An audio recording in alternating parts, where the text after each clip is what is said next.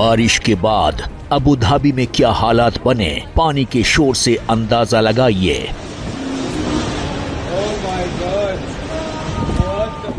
ये तस्वीर सिर्फ अबू धाबी की नहीं, दुबई की सड़क पर भी नजर आई। दरअसल खाड़ी के देशों पर आसमान से आफत का कहर टूटा है। बहरीन, कतर, ओमान, सऊदी अरब।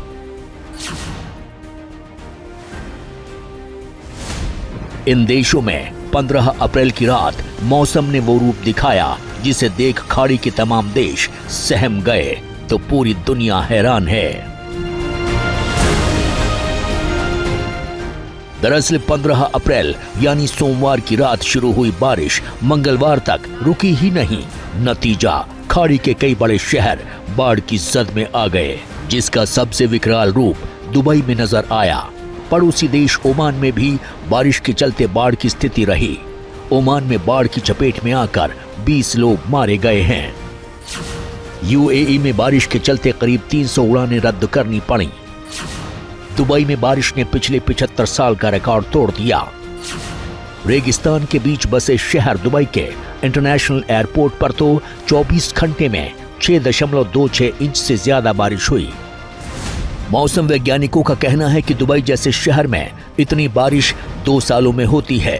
माना जा रहा है कि यही दुबई में बाढ़ की बड़ी वजह रही।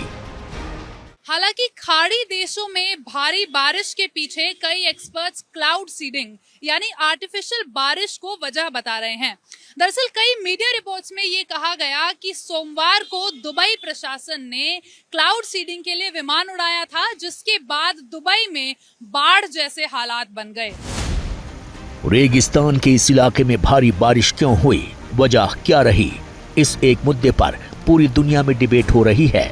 कुछ एक्सपर्ट्स क्लाउड सीडिंग को वजह मान रहे हैं तो कई क्लाइमेट चेंज को वजह मान रहे हैं। दुबई इलाका बिल्कुल डेजर्ट एरिया है, सूखा एरिया है, चारों तरफ पानी की उनके बहुत कमी है।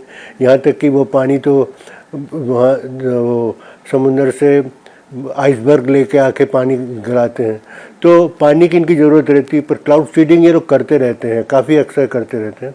पर इस बार को मेरा ख्याल है कि ज़रूरत से ज़्यादा इन्होंने क्लाउड सीडिंग की है और जिसकी वजह से ये पानी इतना ज़्यादा बरसा है। यानी रेगिस्तान में भारी बारिश क्लाउड सीडिंग की वजह से हुई।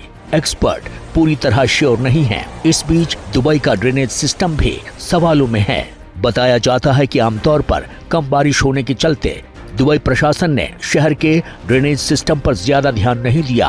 रिपोर्ट के मुताबिक दुबई का ड्रेनेज सिस्टम 30 से 40 मिलीमीटर बारिश का बोझ उठा सकता है, लेकिन 24 घंटे में 6.26 इंच से ज्यादा बारिश होने से ड्रेनेज सिस्टम फेल हो गया।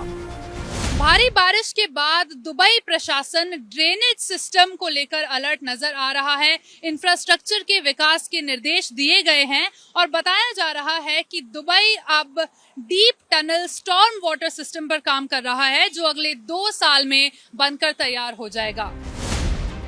फिलहाल दुबई और आसपास के देशों में हुई भारी बारिश से पूरी दुनिया सख्ते में है और इसे ग्लोबल वार्मिंग, क्लाइमेट के संभावित खतरे के अलार्म के रूप में देखा जा रहा है।